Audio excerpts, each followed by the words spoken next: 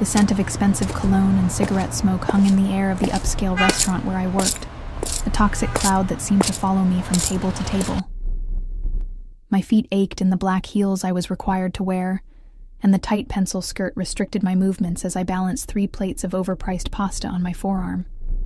6 months at Bellissimo, and I still wasn't used to the uniform, or the way some customers looked at me like I was just another item on the menu.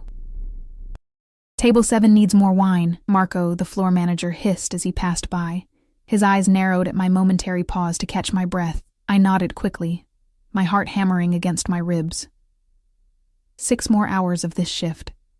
6 more hours until I could pick up Emma from my neighbor's apartment and hold my 4-year-old daughter close, breathing in the scent of her strawberry shampoo instead of this suffocating mix of perfume and desperation. The restaurant buzzed with Friday night energy. Couples on dates, businessmen making deals over bourbon, wealthy families celebrating milestones with no regard for those serving them. I kept my head down, trying to be invisible while still being attentive enough to earn decent tips. Every dollar mattered now that I was on my own. "Excuse me, miss?"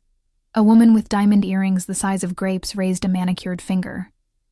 "This risotto is overcooked. I'm so sorry, ma'am. I'll have the kitchen prepare a new one right away." I took the barely touched plate, wondering if her complaint was legitimate, or if she simply enjoyed the power of sending food back. As I turned toward the kitchen, the front doors of the restaurant swung open, letting in a blast of autumn air that sent a chill down my spine. And then I saw him. David. My ex-husband. My body froze, the plate nearly slipping from my grasp. He hadn't seen me yet. He was speaking to the hostess, one hand casually in the pocket of his tailored suit. He looked good. Too good for someone who had abandoned his family, who had drained our bank accounts before disappearing for months, only to return with divorce papers and a new girlfriend. Panic rose in my throat like bile. I couldn't face him. Not here. Not now. Not in this humiliating uniform while he stood there looking like he owned the world he'd stolen from me. I scanned the room desperately for an escape route, but the kitchen was on the other side of the dining area. I'd have to walk right past him. The hostess was checking the reservation book. Any second now, she would lead him to a table, and he would see me. His eyes would widen in mock surprise, and then that smirk would appear, the one that said he'd won, that he was dining at a 5-star restaurant while I was serving in it. I made a split-second decision. Abandoning the rejected risotto on a nearby empty table, I moved swiftly toward the bar area, where a group of well-dressed men sat with their backs to the entrance. Without thinking, I slid into the empty space beside a broad-shouldered figure in a dark suit, and in a moment of pure desperation, I grabbed his hand where it rested on the bar counter. The hand I seized was warm, unexpectedly soft yet firm, with a heavy gold signet ring on the pinky finger. I felt the man stiffen beside me, but I couldn't look at him yet. My eyes were fixed on David, who was now scanning the restaurant, nodding at something the hostess was saying. "I'm so sorry," I whispered urgently to the stranger whose hand I was clutching like a lifeline. "My ex-husband just walked in, and I just can't deal with him right now. Please, just for a minute, pretend you know me." I finally turned to look at the man whose personal space I had so rudely invaded, and my breath caught in my throat. Dark eyes met mine, so intensely brown they appeared almost black in the dim lighting of the bar. They were deep-set under straight brows, observant and eerily still, like a predator assessing whether something was worth the chase. His face was all sharp angles, high cheekbones, a strong jaw darkened by 5 o'clock shadow, and lips pressed into a thin line of surprise or displeasure. I couldn't tell which. He was older than me, perhaps in his early 40s, with salt and pepper at his temples that only enhanced his aura of authority. For a terrifying moment he said nothing, just studied me with those unsettling eyes. Then, something shifted in his expression, a decision made. "Alessandra," he said, his voice a low rumble that sent an unexpected shiver down my spine. It wasn't a question, but a statement, as if he was choosing a name for me on the spot. "I was wondering where you'd disappeared to." His accent was subtle but unmistakable. Italian, maybe, or somewhere in the Mediterranean. The way he slightly rolled the R in wondering made the common word somehow exotic. I released a breath I didn't know I was holding, relief washing over me. "Sorry to keep you waiting. I managed, my voice steadier than I expected. From the corner of my eye, I saw David being led to a table across the restaurant. He hadn't noticed me yet, but it was only a matter of time in the relatively open space. The stranger followed my gaze, his eyes narrowing slightly as they landed on David.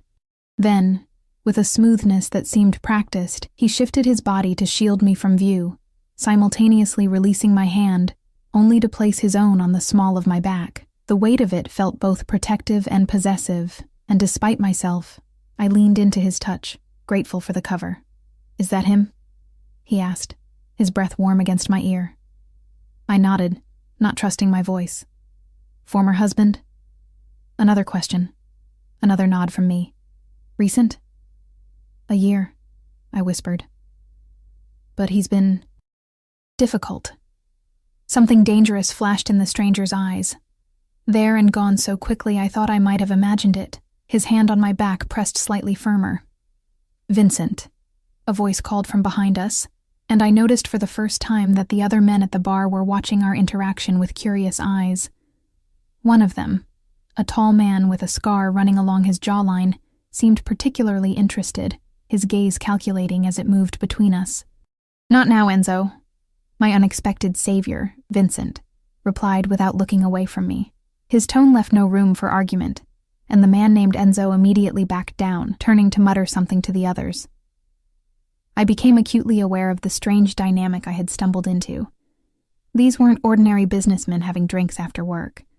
There was something about their posture, the deference they showed to Vincent, the way other patrons seemed to give their group a wide berth without even realizing they were doing it. "Your name," Vincent said softly, his eyes still holding mine. "Your real one." I hesitated. Giving my name to a stranger felt suddenly intimate, dangerous even, but he had already helped me without question, and I was still clutching his arm like it was a piece of driftwood in a stormy sea. "Lily," I said finally. "Lily Cooper." Something like approval flickered across his face. "Lily," he repeated, as if testing how it felt on his tongue. "You work here?" I nodded, suddenly embarrassed by my waitress uniform, by the desperate situation that had led me to grab this clearly powerful man's hand. "I should get back to— You're afraid," he interrupted, his observation cutting through my attempt to retreat. "Not just of seeing your ex. You're afraid of something else." It wasn't a question, but the accuracy of his assessment startled me. How could he possibly know about the overdue rent, the threatening letters from David's lawyer about custody, the nights I lay awake wondering how I'd ever rebuild the life that had been shattered? Before I could respond, I saw David stand up from his table, heading in the direction of the restrooms, which would bring him right past the bar. "He's coming this way," I whispered, panic rising again. Vincent's response was immediate and unexpected. He raised his hand, and with a subtle gesture I almost missed, the man named Enzo moved smoothly to intercept David's path, appearing to accidentally bump into him and engage him in conversation, steering him toward a different route to the restrooms. I stared at Vincent in shock. "How did you— You need to leave?" he asked, ignoring my unfinished question. I can't. My shift doesn't end for hours, and I need this job. I need the money." The admission tasted bitter on my tongue. Vincent's eyes traveled over my face, taking in details I wasn't even aware were visible. The exhaustion, the worry, perhaps even the faint bruise on my cheekbone that makeup couldn't quite conceal. A parting gift from David during our last encounter, when I'd refused to let him see Emma while he was drunk. "What time do you finish?" "Midnight," I replied automatically, then immediately regretted sharing the information. He nodded once, decisively. "I'll wait." "No, that's not necessary. You've already helped enough by—" "I'll wait," he repeated, firmer this time. It wasn't an offer, but a statement of fact. "You shouldn't be alone if he decides to linger." A throat cleared behind us, and I turned to find Marco glaring at me, his eyes darting between me and Vincent, a mix of anger and nervousness on his face. "Cooper, Table 12 has been waiting for their check for 10 minutes, he snapped, though his usual bite seemed tempered by Vincent's presence.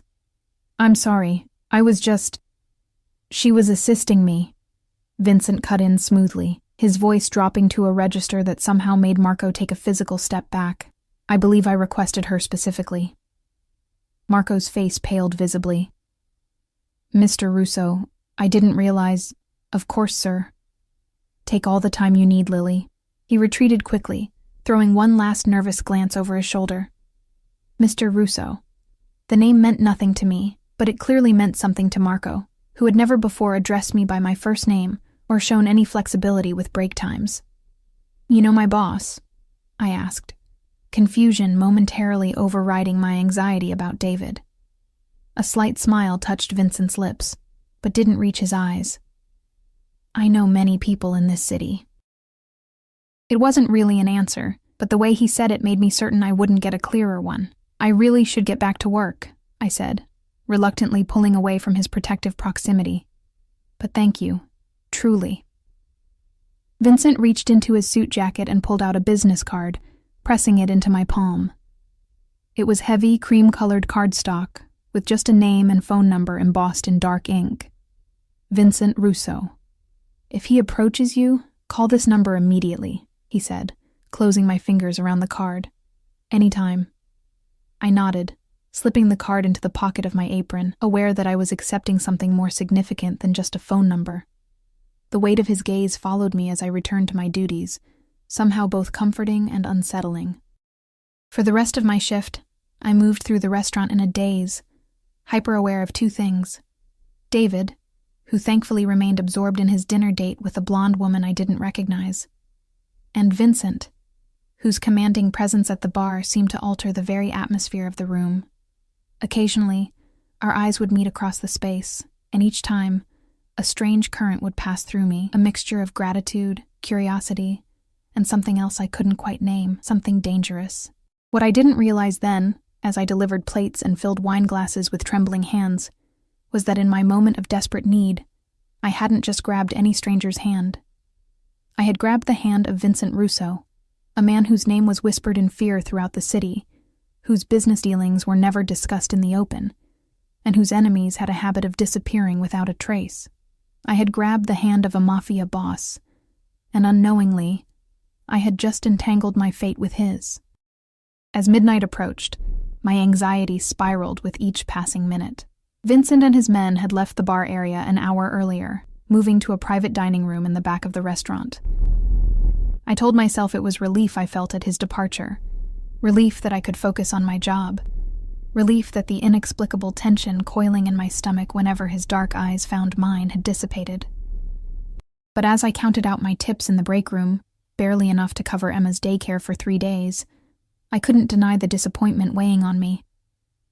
He had said he would wait, and I had believed him. The realization that I had put stock in a stranger's words made me angry at myself. Had I learned nothing from David's broken promises?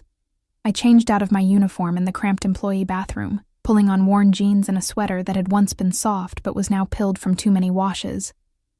My reflection in the smudged mirror looked exhausted, dark circles under eyes that had forgotten how to sparkle, hair pulled back in a practical ponytail that did nothing to soften the sharp angles worry had carved into my face. "You okay, Lily?"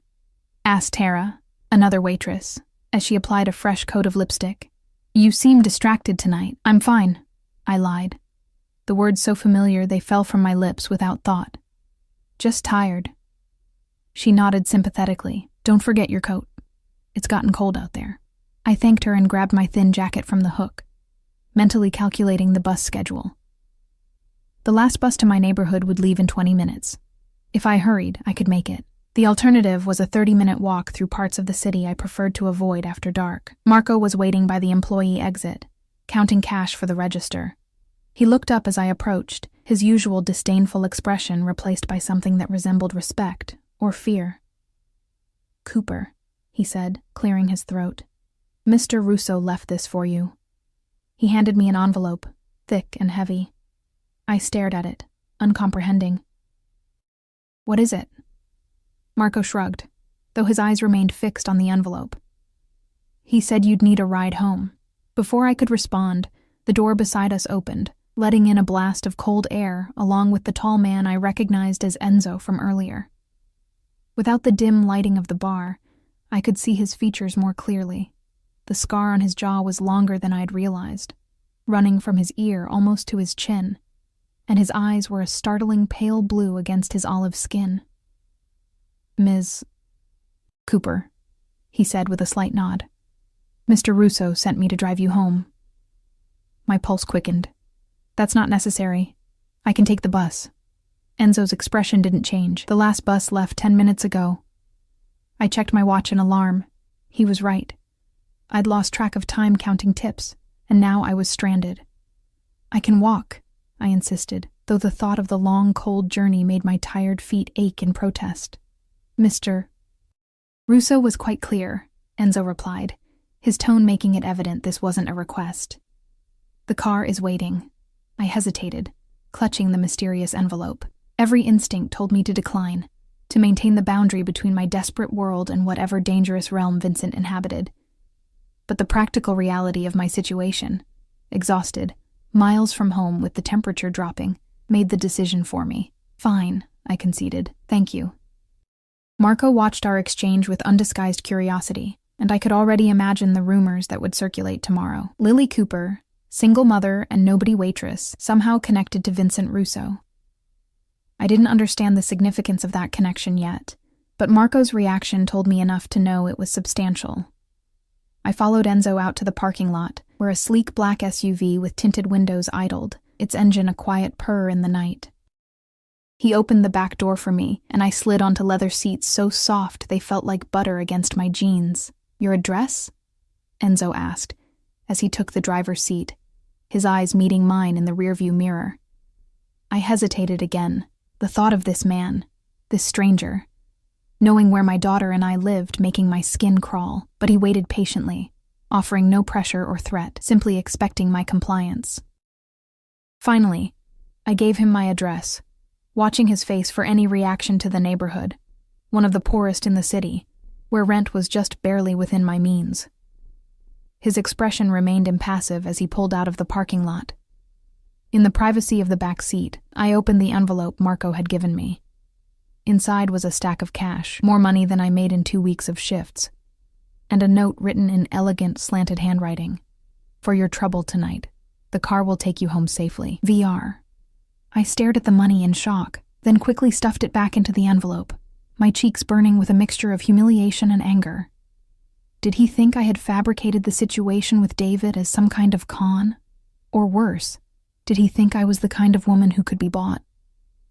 "I can't accept this," I said, my voice tight as I addressed Enzo's reflection.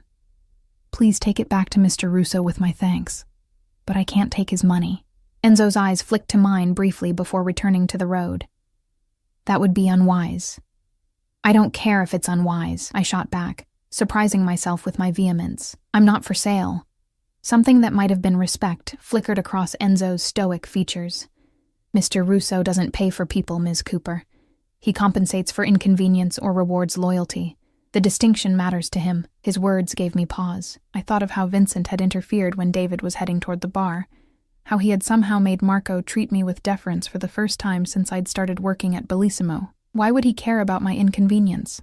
I asked, more to myself than to Enzo. "That," Enzo replied after a moment of silence, "is a question I cannot answer." We drove the rest of the way in silence, the lights of the city sliding over us like ghostly fingers as we moved from the affluent downtown area to the increasingly dilapidated outskirts where I lived.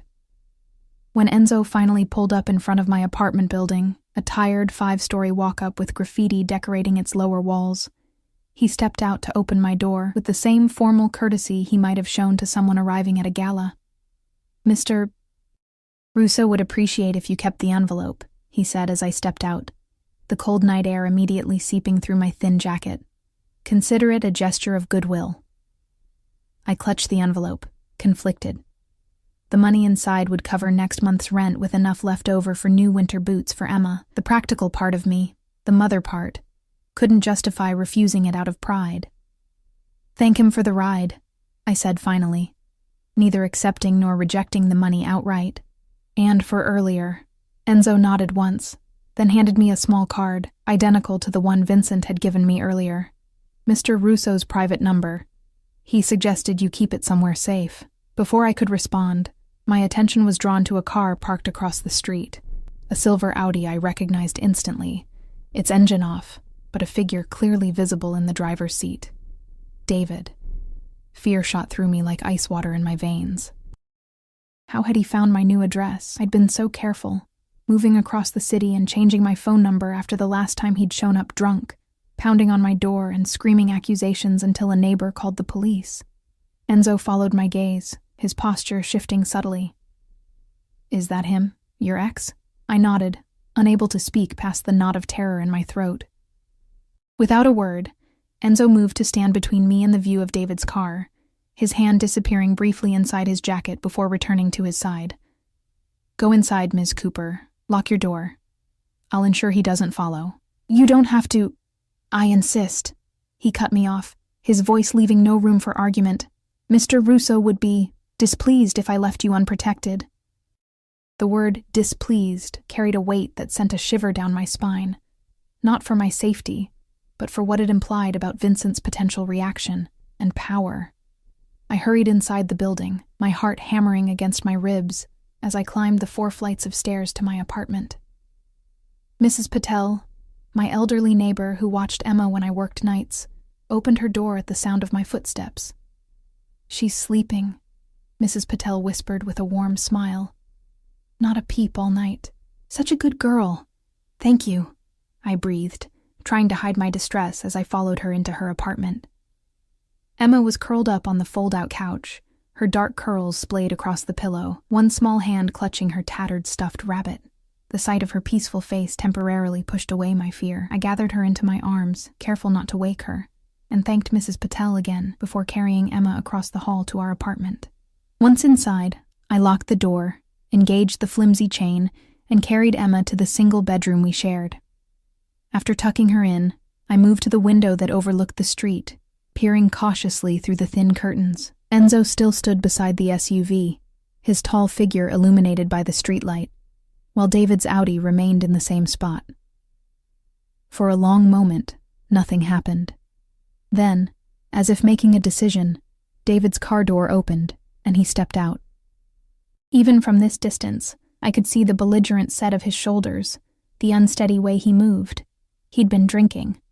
My hand instinctively reached for my phone, ready to call 911, but I watched in frozen fascination as David approached Enzo. I couldn't hear what was said, but I saw David gesturing wildly, pointing toward the building.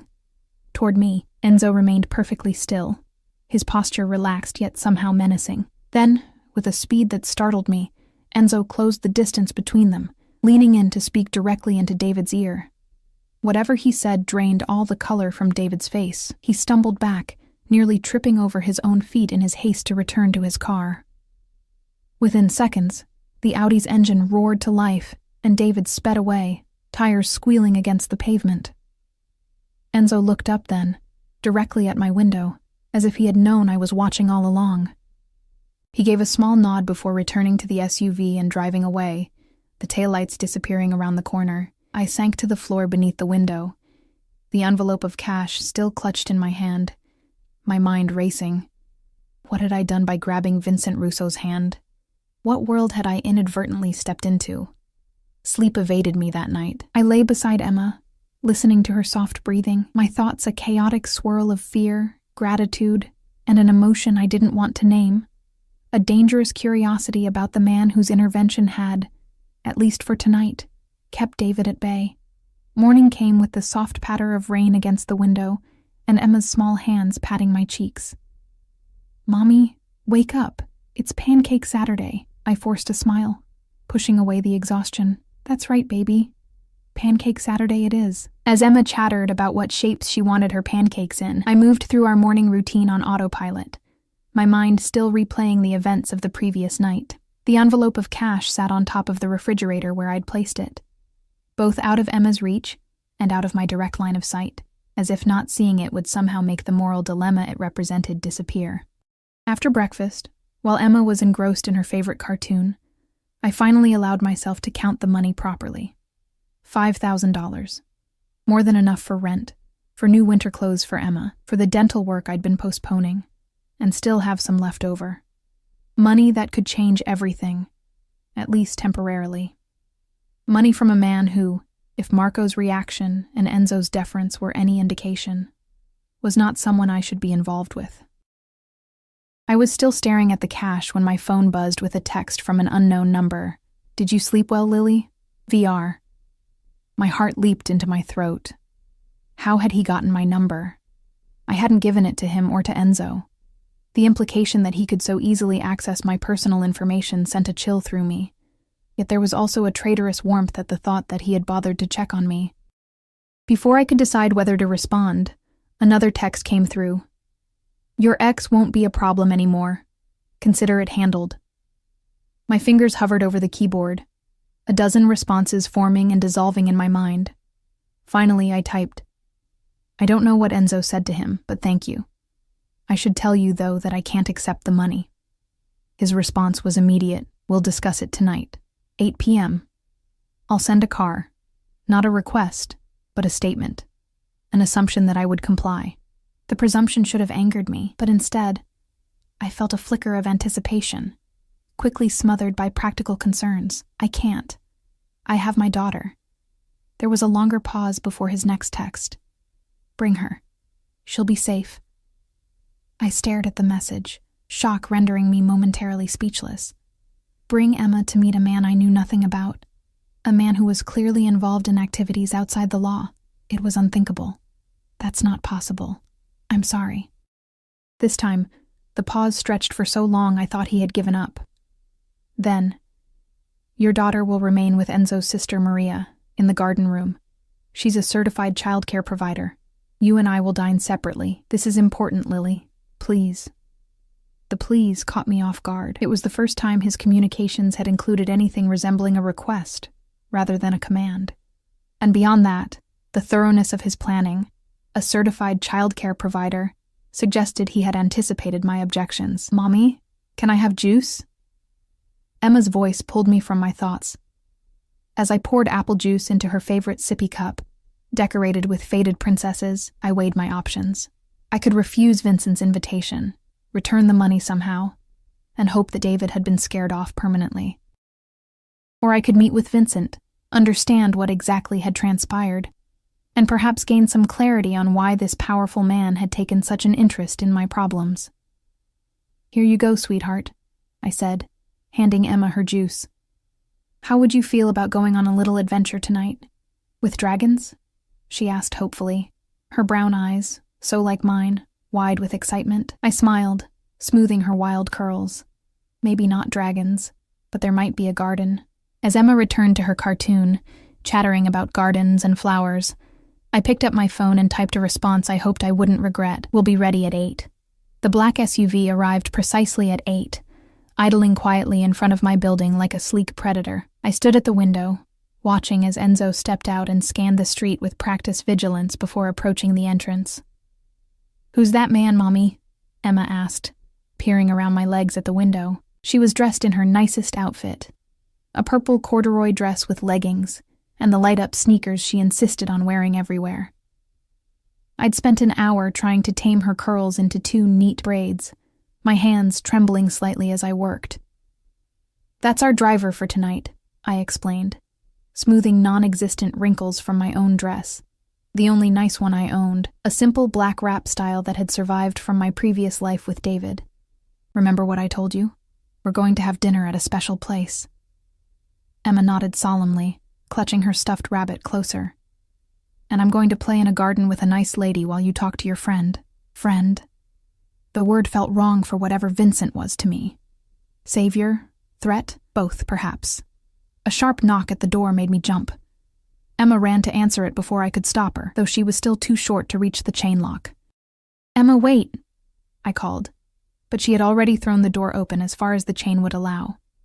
"Hello," she chirped up at Enzo, fearless in the way only children can be. "Are you the dragon?" To my surprise, Enzo's stern face softened almost imperceptibly. He crouched down to Emma's eye level, his massive frame folding with unexpected grace.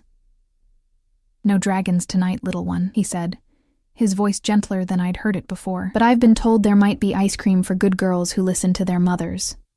Emma's eyes widened. "I'm a very good listener," she declared, then turned to me. "Aren't I, Mommy?" The best, I agreed, unlatching the chain with fingers that still wouldn't quite stop trembling. Emma, this is Mr. Enzo. Enzo, my daughter Emma. Enzo nodded at me, then returned his attention to Emma. It's a pleasure to meet you, Miss Emma. Shall we go? The car is waiting. Is it a princess car? Emma asked, slipping her small hand trustingly into Enzo's massive one. Something like that, he replied, the faintest hint of amusement in his voice. I grabbed my purse and Emma's small backpack, which I'd packed with her favorite coloring books and a change of clothes, a habit from years of preparing for David's unpredictability.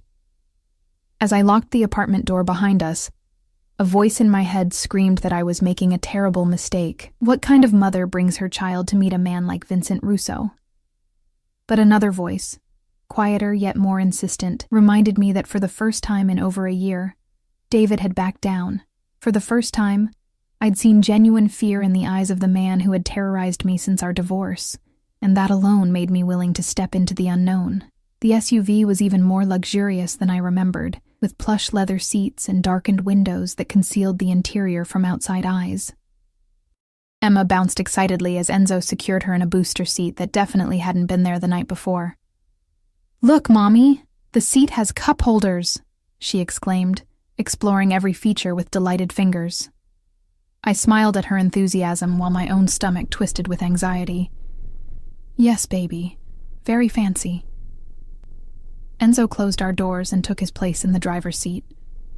"Mr. Russo is looking forward to seeing you again, Ms. Cooper," he said, his eyes meeting mine briefly in the rearview mirror. I nodded, not trusting my voice. The city lights blurred outside the window as we drove, moving from my rundown neighborhood through increasingly affluent areas. Emma pressed her face against the glass, entranced by the glittering storefronts and towering buildings. "Where are we going?"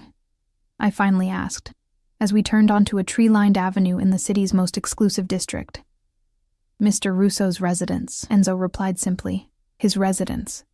Not a restaurant or public place, but his home." The intimacy of the invitation wasn't lost on me, nor was the vulnerability it created.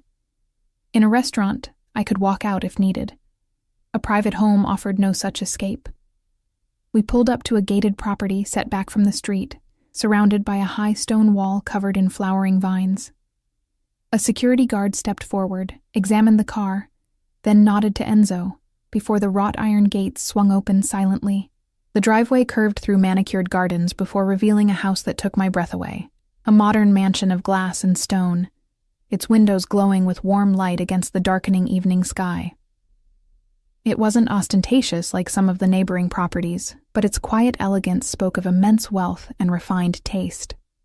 "Wow," Emma whispered, her eyes wide. "Is this where the king lives?"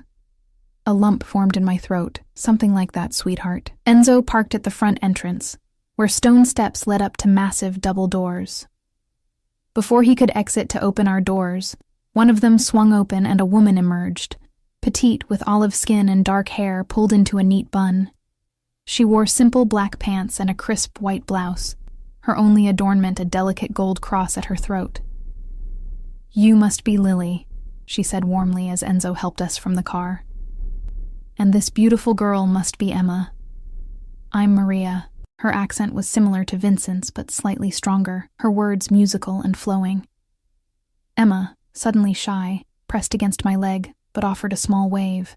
"It's nice to meet you," I said, extending my hand. "Thank you for watching Emma tonight." Maria took my hand in both of hers, her touch warm and reassuring. "It's my pleasure. Vincent told me she's a special little girl." She crouched down to Emma's level. "I have a garden room with flowers that light up at night, and there's a special teddy bear waiting who needs a friend. Would you like to meet him?" Emma's shyness evaporated instantly. "Yes, please. Can I, Mommy?" I hesitated, still uncertain about separating from my daughter in this unfamiliar place. Maria seemed to sense my concern. "The garden room is just through there," she said, pointing to a glass-walled space visible from the entrance hall. "You can see us the entire time, and there are security cameras in every corner. Emma will be perfectly safe with me." The mention of security cameras should have been comforting, but it only reinforced the strangeness of my situation. What kind of life required such constant surveillance? Go ahead, baby, I said finally, bending to kiss Emma's forehead. I'll be right here if you need me. I'll be fine, Mommy, Emma said, with the exasperated confidence of a child who believes herself much older than her years. You go talk to your friend now. She skipped off with Maria, chattering about light-up flowers and teddy bears, leaving me standing in the vast entrance hall with Enzo, who cleared his throat. Mr. Russo is waiting in the library. This way, please. He led me through the house, each room we passed more impressive than the last. Soaring ceilings, museum-quality artwork, furniture that managed to be both clearly expensive and genuinely comfortable looking. Nothing ostentatious or gaudy, just quiet, confident wealth. We paused outside a set of wooden double doors, intricately carved with a pattern of leaves and vines. Mr. Russo values his privacy, Enzo said, his voice low. What you see and hear tonight should remain between you and him. It wasn't quite a threat, but the message was clear. I understand, I replied, though I wasn't sure I did. Not really. Enzo nodded, apparently satisfied, and opened one of the doors, gesturing for me to enter. The library was breathtaking. 2 stories of bookshelves reaching toward a coffered ceiling, a spiral staircase of wrought iron connecting to a balcony that circled the upper level. A fire crackled in a stone fireplace at one end, casting dancing shadows across leather-bound volumes and illuminating the man who stood before it. Vincent Russo turned as I entered, and my heart stuttered in my chest. Outside the dim lighting of the restaurant, he was even more striking, tall and broad-shouldered in a charcoal suit that fit him perfectly, his dark hair combed back from a face that belonged on ancient Roman coins. Power radiated from him like heat from the fire, invisible but undeniable. Lily, he said, my name in his accented voice sending an unexpected shiver down my spine. Thank you for coming. The door closed behind me with a soft click, and I suddenly felt very alone, very far from the world I knew. Your home is beautiful, I said, because it seemed safer than asking any of the questions burning in my mind. A slight smile touched his lips. Thank you. Would you like a drink? Wine, perhaps? I shook my head. I need to keep a clear head, for Emma. Something like approval flickered in his dark eyes. Of course. Please, sit. He gestured to a seating area near the fire, 2 leather armchairs with a small table between them. I perched on the edge of one, my back straight, hands folded in my lap to hide their trembling. Vincent took the other chair, his movements fluid and controlled. Up close, I could see faint lines at the corners of his eyes, a thin scar above his right eyebrow, details that humanized his otherwise intimidating perfection. You're afraid, he observed, just as he had in the restaurant. You don't need to be. Not of me. I don't even know you, I said, finding my voice at last. But I know enough to understand that you're not just a businessman, Mr. Russo. Vincent, he corrected gently. And no, not just a businessman. But tonight, I'm simply a man having dinner with a beautiful woman who interests him. Heat rushed to my cheeks at his directness. Why? Why would someone like you be interested in someone like me? He studied me for a long moment, his gaze intense but not unkind. Someone like you, he repeated thoughtfully. A strong woman raising a child alone, working multiple jobs, surviving despite every obstacle. You underestimate your worth, Lily Cooper. The words were like a physical touch, stirring something long dormant within me. After years of David's constant belittlement, of being made to feel worthless and replaceable, Vincent's assessment left me speechless. He leaned forward slightly, his elbows on his knees. Last night, when you grabbed my hand, you did something no one has done in a very long time. What's that? I asked, barely above a whisper. You surprised me. His smile was small, but genuine. In my world, surprise is rare. People are predictable, driven by greed, fear, ambition, but you acted on pure instinct, with no calculation. It was refreshing. I didn't know how to respond to that, so I changed the subject. What did Enzo say to David last night? Whatever it was, it worked. I've never seen him back down like that. Vincent's expression hardened, the warmth vanishing so completely it was as if it had never existed. He told your ex-husband that if he ever approached you or Emma again, there would be consequences he couldn't imagine. And David believed him. People tend to believe Enzo. Vincent's tone was matter of fact. Your ex-husband is a coward who preys on those he perceives as weaker than himself. Show him real power, and he crumbles. I thought of David's face as he fled, the genuine fear in his eyes. Will he stay away? Yes, Vincent said with absolute certainty. He's been made to understand that you and Emma are under my protection now. The phrase sent conflicting emotions through me.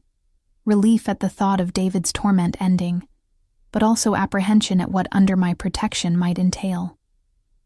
I appreciate what you've done, I said carefully, but I can't be indebted to you. The money, the car rides, the threats to David. It's too much. I don't have anything to offer in return. Vincent's eyes darkened. I'm not looking for repayment, Lily. Everyone wants something, I insisted, years of hard lessons making me cynical, especially men with power. He nodded slowly, acknowledging the truth in my words. What I want is simple. Dinner, conversation, your company, freely given. Just dinner? I couldn't keep the skepticism from my voice. A hint of amusement crossed his face. For now, I find that I enjoy your presence, your honesty. It's rare in my world. Before I could respond, a soft knock at the door interrupted us. Vincent called out something in Italian, and the door opened to reveal an older man in the uniform of a butler. Dinner is served, sir, he announced with a slight bow. Vincent stood, extending his hand to me. Shall we? I hesitated only briefly before placing my hand in his, allowing him to lead me from the library. We passed through a formal dining room with a table that could seat 20, but Vincent guided me instead to a smaller, more intimate space. A glass-enclosed terrace overlooking the illuminated gardens. A table for two was set with fine china and crystal, candles flickering in the center. Through the glass walls, I could see the garden room where Emma was playing with Maria, surrounded by flowers that indeed seemed to glow with soft, changing colors. My daughter's laughter was faintly audible, the sound easing some of my anxiety. She's safe, Vincent said, following my gaze. Maria is my sister. There's no one I trust more with children. Your sister? I asked, surprised by this personal detail. He nodded, pulling out my chair. Yes, she was a kindergarten teacher before. He paused, before certain events made it safer for her to work privately. As I sat, I caught a glimpse of something on Vincent's wrist. A tattoo partially visible beneath his suit sleeve, intricate lines in dark ink. He noticed my gaze and smoothly adjusted his cuff to cover it. The butler appeared with the first course, a delicate soup that smelled of saffron and the sea. As we ate, Vincent steered the conversation to lighter topics. Books we'd read, places we'd traveled. My list embarrassingly short compared to his. Music we enjoyed. He was surprisingly easy to talk to, intelligent and attentive, asking questions about Emma and listening with genuine interest to my answers. By the time dessert arrived, a chocolate confection that melted on my tongue, I had almost forgotten the circumstances that had brought me here. Almost. Your ex-husband, Vincent said abruptly, setting down his wineglass. He did more than just leave you, didn't he? The sudden change of topic jarred me. What do you mean? Vincent's eyes were dark and knowing. The way you flinched when the waiter dropped a plate tonight, the bruise on your cheekbone that you tried to cover with makeup, the fear in your eyes when you saw him at the restaurant. Not just discomfort, but terror. I looked down at my plate, shame washing over me, though I knew it shouldn't be mine to bear. It wasn't always bad, I said quietly. In the beginning, he was charming, successful, everything I thought I wanted. But after Emma was born, things changed. He started drinking more, staying out late. When I questioned him, he'd get angry. Vincent remained silent, allowing me to continue at my own pace. The first time he hit me, he cried afterward, promised it would never happen again. I believed him. I gave a bitter laugh. By the third time, there were no more tears, no more promises, just accusations that I had provoked him, that I deserved it. No one deserves that, Vincent said, his voice low and dangerous. No one. I tried to leave once, before the divorce. He found us at my mother's house and I swallowed hard. He broke my wrist, said if I ever took Emma from him again, he'd kill me and take her himself. Vincent's hand tightened around his wine glass, the only visible sign of his anger. When did you finally get away? When he met someone else? Younger, prettier, no child to complicate things. He filed for divorce, emptied our accounts, and left me with nothing but debts and a restraining order that he ignored whenever it suited him. I forced myself to meet Vincent's gaze. Until last night, whatever Enzo said to him worked better than any court order ever did. Vincent was silent for a long moment, his expression unreadable. Then he reached across the table and with gentle fingers traced the fading bruise on my cheekbone. "This will never happen again," he said. Each word weighted with promise. Not while I draw breath. The intensity in his voice, in his eyes, should have frightened me. Instead, I felt something shift inside me. A wall crumbling. A door opening to possibilities I'd thought forever closed. "Why?" I whispered. "Why would you do this for a stranger?" Vincent withdrew his hand slowly, his fingers lingering for a heartbeat longer than necessary. "Perhaps I'm tired of only interacting with people who want something from me. Perhaps I saw something in you that reminded me of who I was before." He gestured vaguely, encompassing his wealthy home, his position, the life he led. "Before you became whatever you are now?" I finished for him. A smile touched his lips, sad and knowing. "Yes, before that." "And what are you, Vincent?" I asked, the question that had hovered between us since our first meeting. He held my gaze steadily. "I think you know." I did know, or at least I suspected. The deference people showed him, the power he wielded, the security that surrounded him, all pointed to something outside the boundaries of normal business. "Does it matter?" he asked softly. "Tonight? In this moment?" Before I could answer, the sound of running footsteps approached, and Emma burst onto the terrace, her eyes bright with excitement. "Mommy! The flowers changed colors when I touched them. And the teddy bear talks." She skidded to a stop when she noticed Vincent, suddenly shy again. Vincent smiled at her, the expression transforming his face, softening the hard edges. "Hello, Emma. I'm Vincent. Your mother has told me what a brave, smart girl you are." Emma studied him with the frank curiosity of childhood. "Are you the king? This looks like a castle," Vincent laughed. A rich, warm sound I hadn't heard from him before. "Not a king, no. Just a man with a big house." "Emma!" Maria appeared in the doorway, slightly breathless. "I'm sorry, Vincent." She ran ahead when I told her we were coming to say goodnight. "It's fine, Maria," Vincent assured her, his eyes still on Emma. "Miss Emma is welcome anywhere in my home." Emma beamed at this pronouncement, then yawned widely, the excitement of the evening catching up with her. "I think it's past someone's bedtime," I said, standing and smoothing Emma's wild curls, which had mostly escaped their braids. "Can we come back tomorrow?" Emma asked sleepily, leaning against my leg. "I want to see the flowers again." I glanced at Vincent, uncertain how to respond. To my surprise, he crouched down to Emma's eye level, his movements careful, as if trying not to frighten her. "The flowers will be here whenever you want to see them," he told her seriously. "You and your mother are always welcome."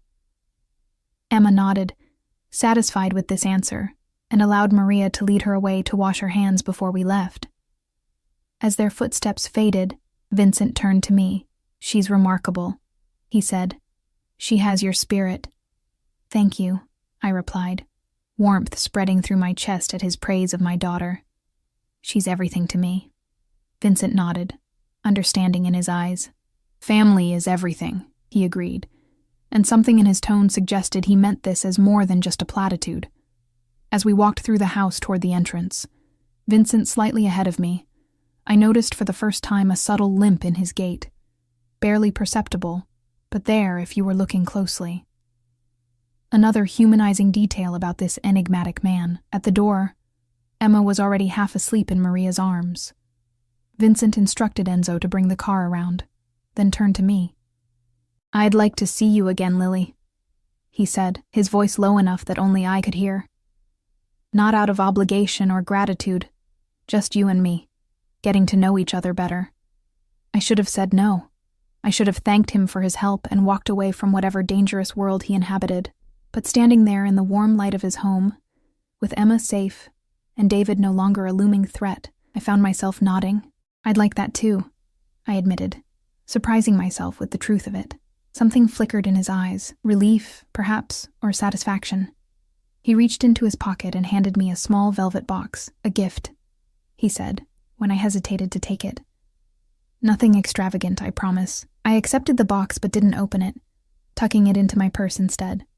Thank you, for everything.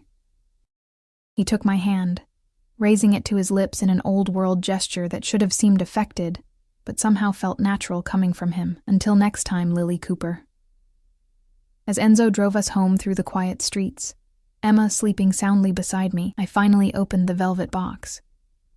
Inside was a delicate silver bracelet with a single charm, a tiny key. Attached was a small card with that now familiar slanted handwriting, for new beginnings. VR. I slipped the bracelet onto my wrist, the metal cool against my skin, and watched the city lights blur outside the window. I didn't know what tomorrow would bring, or where this unexpected connection with Vincent Russo might lead. All I knew was that for the first time in years, I felt something beyond fear and exhaustion. I felt hope. 3 months. It had been 3 months since that fateful night at Bellissimo when I grabbed a stranger's hand out of desperation. 3 months of cautious text messages, elegant dinners, and careful navigation of boundaries. 3 months of getting to know Vincent Russo, the man behind the power, behind the whispered name that made people straighten their spines and avert their eyes. I still worked at the restaurant, though Marco had mysteriously promoted me to serving the private dining rooms, where the tips were better and the hours more flexible. I hadn't seen David since the night Enzo had confronted him outside my apartment building. According to my lawyer, paid for by Vincent despite my protests, David had abruptly dropped his custody claim and moved to the West Coast.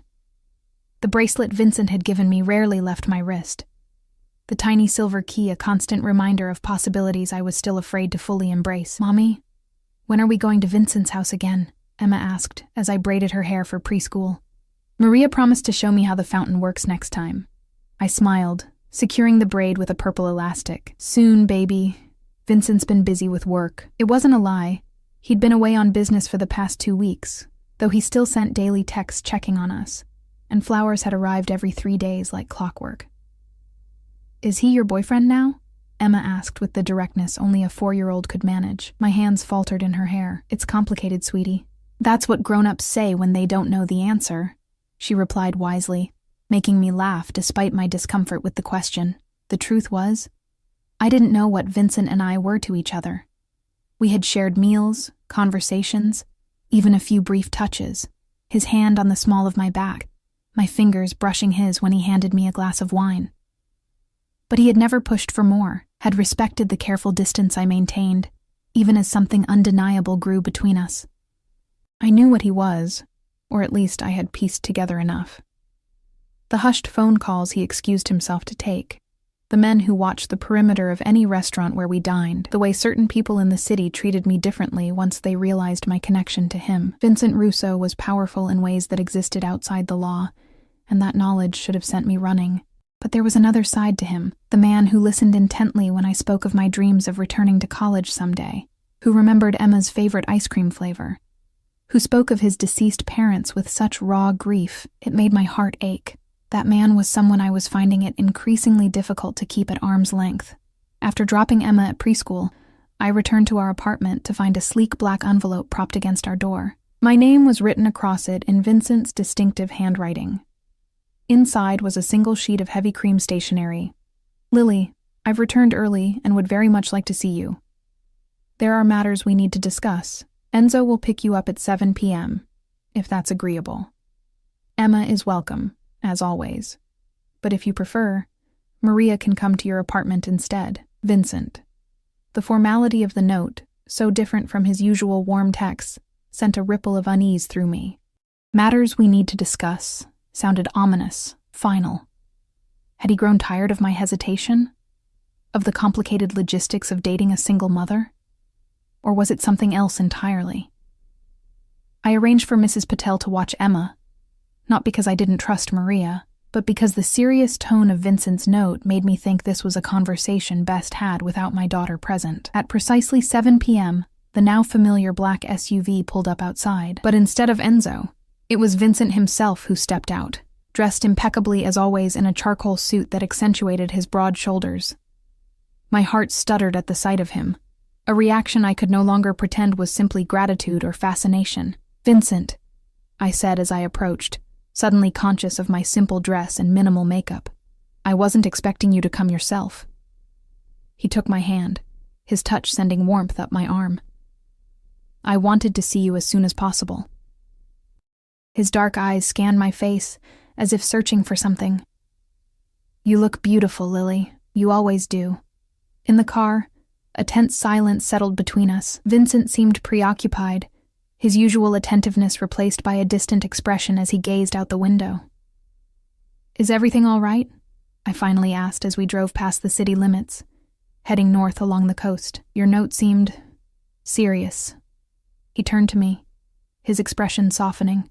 "I'm sorry if I worried you." "Yes, there are serious matters to discuss, but nothing for you to fear." He hesitated, then added, "I thought we might talk somewhere more private than my home or a restaurant." We arrived at a secluded beach house perched on cliffs overlooking the ocean. Unlike Vincent's city mansion, this place was smaller, more intimate, a modern structure of glass and weathered wood that seemed to grow naturally from the rocky landscape. "This is beautiful," I said, as he led me inside, where a fire already burned in a stone hearth. Floor-to-ceiling windows framed the darkening sky and the restless sea below. "It was my mother's favorite place," Vincent said quietly. "I come here when I need to think, to remember who I am beneath everything else." The personal revelation touched me. Vincent rarely spoke of his past, and each small glimpse felt like a precious gift.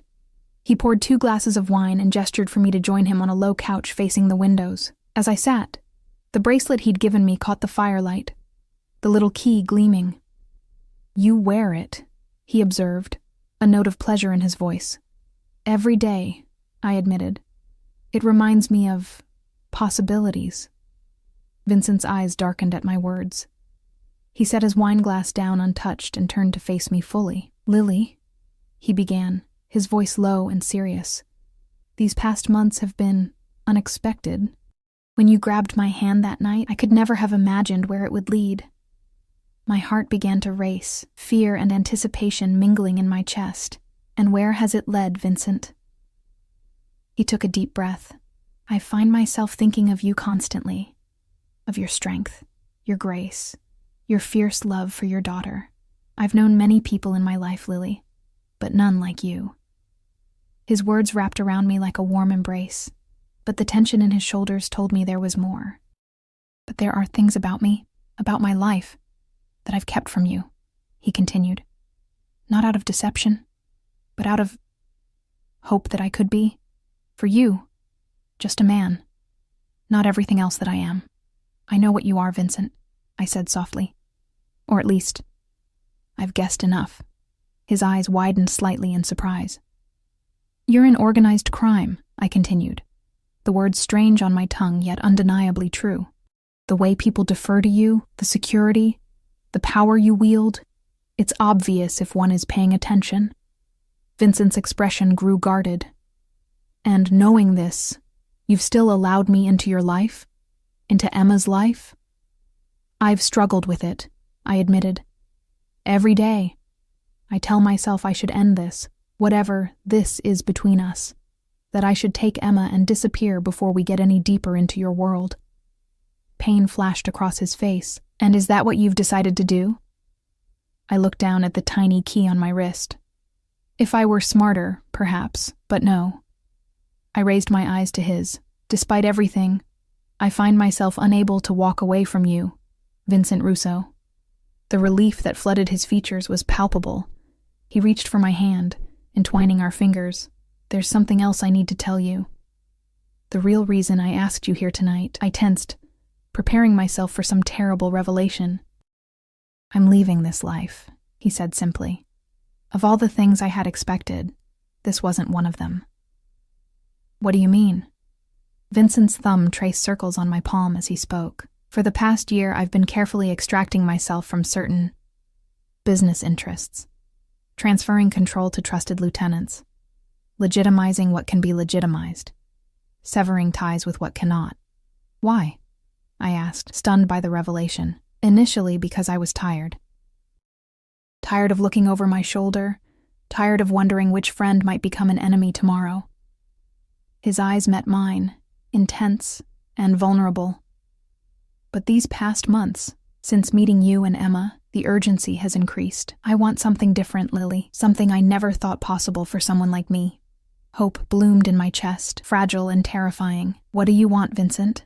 A life where I can take you and Emma to dinner without bodyguards watching every exit. A life where I don't have to shield you from parts of who I am. His voice dropped lower. A life with you, if you'll have me. The sincerity in his eyes took my breath away. Can you really walk away from everything? Is that even possible? It's nearly done, he said.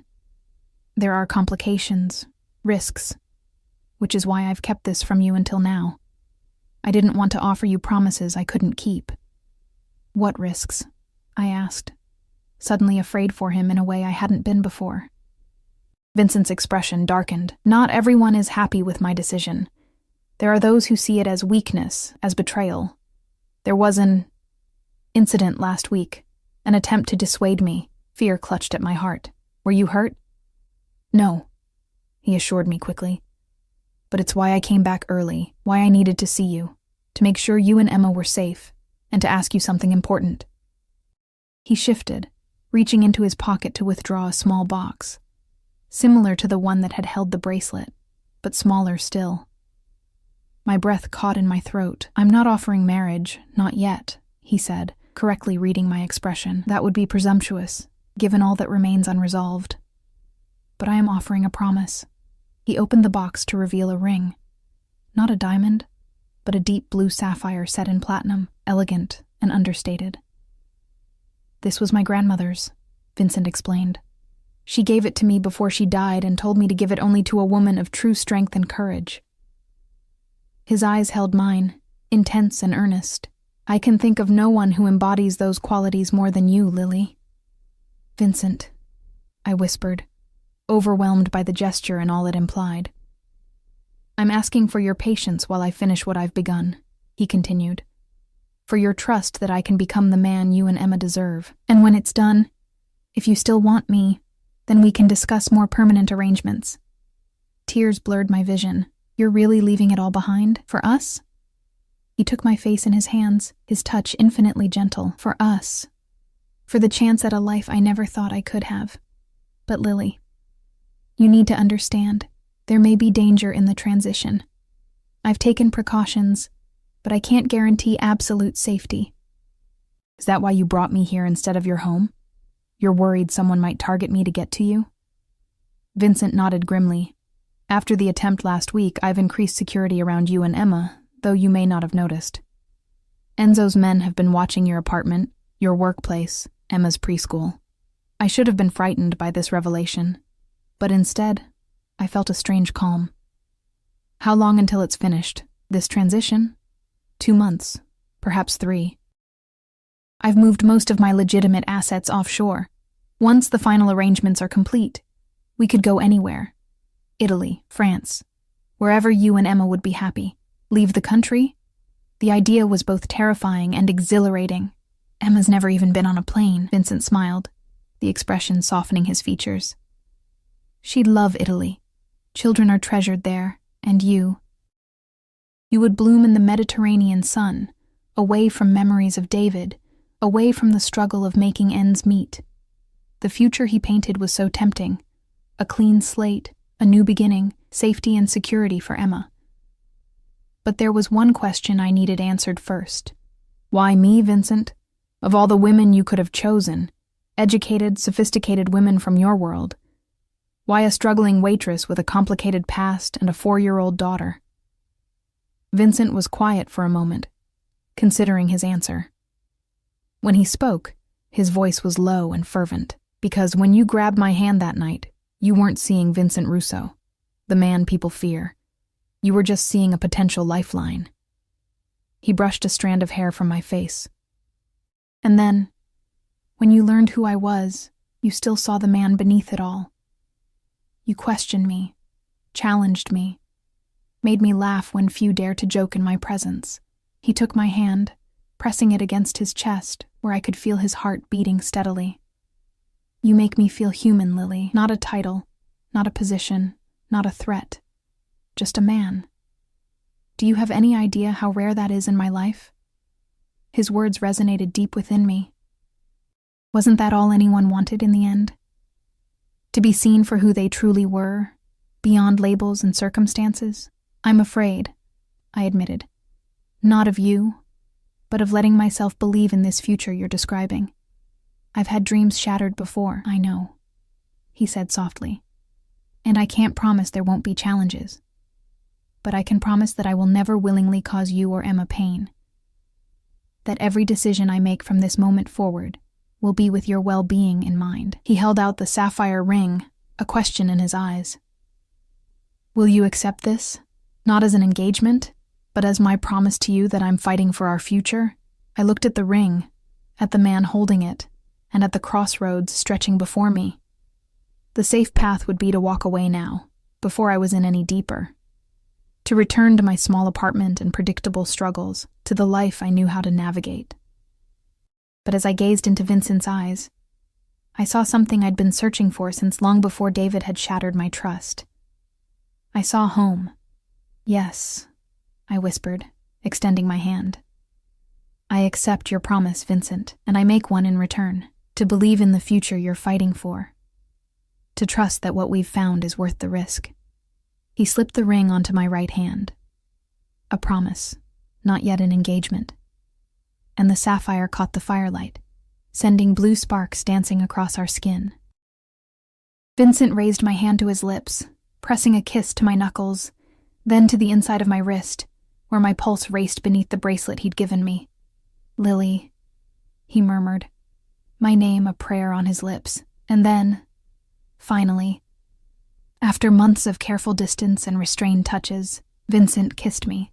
His lips were warm and firm against mine, his hand cradling my face with a tenderness that made my heart ache.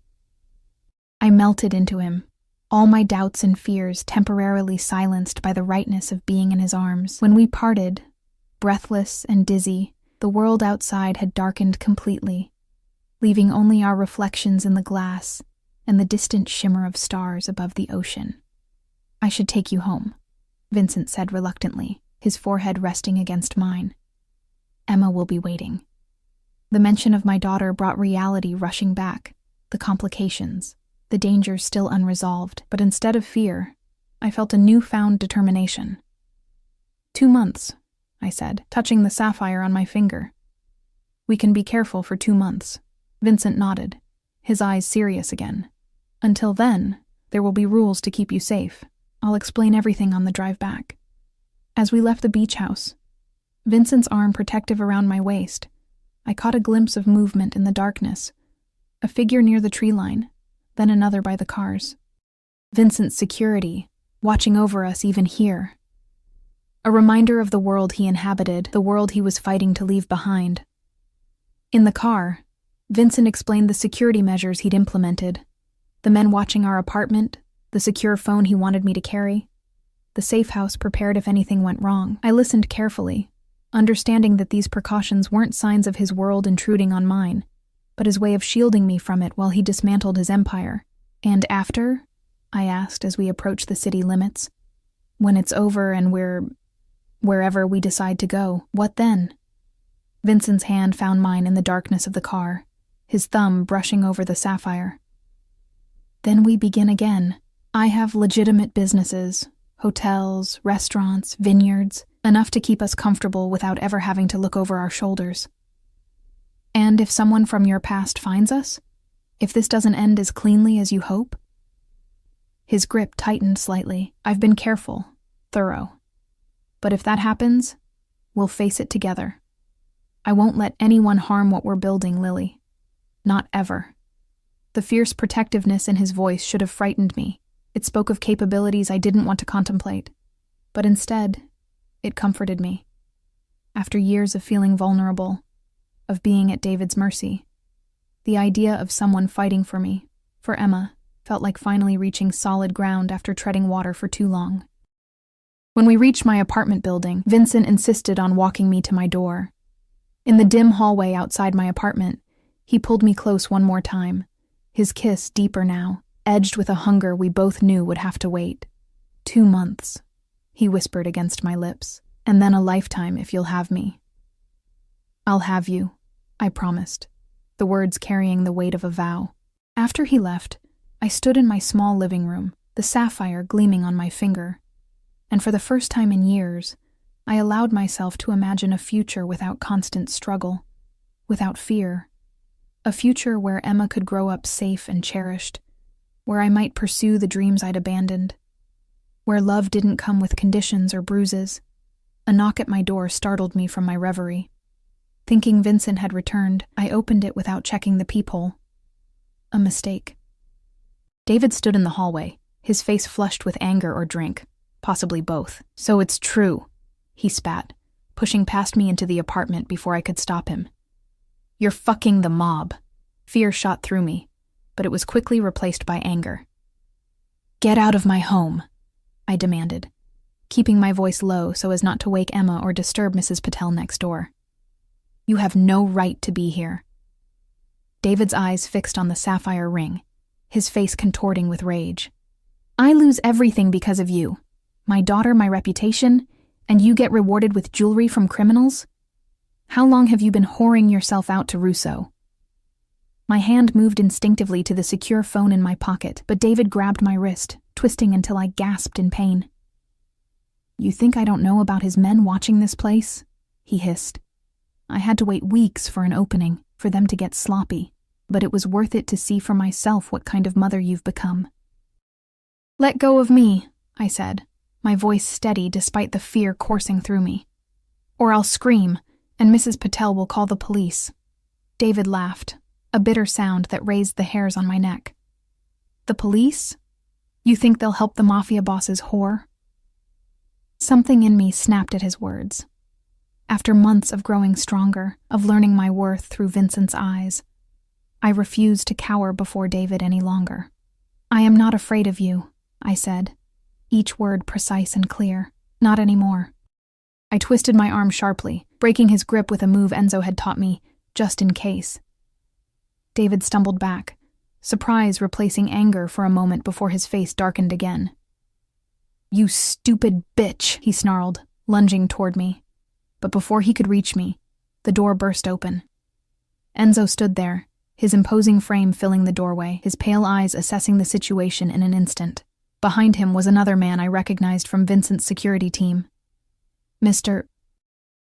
Cooper," Enzo said, his voice deceptively calm.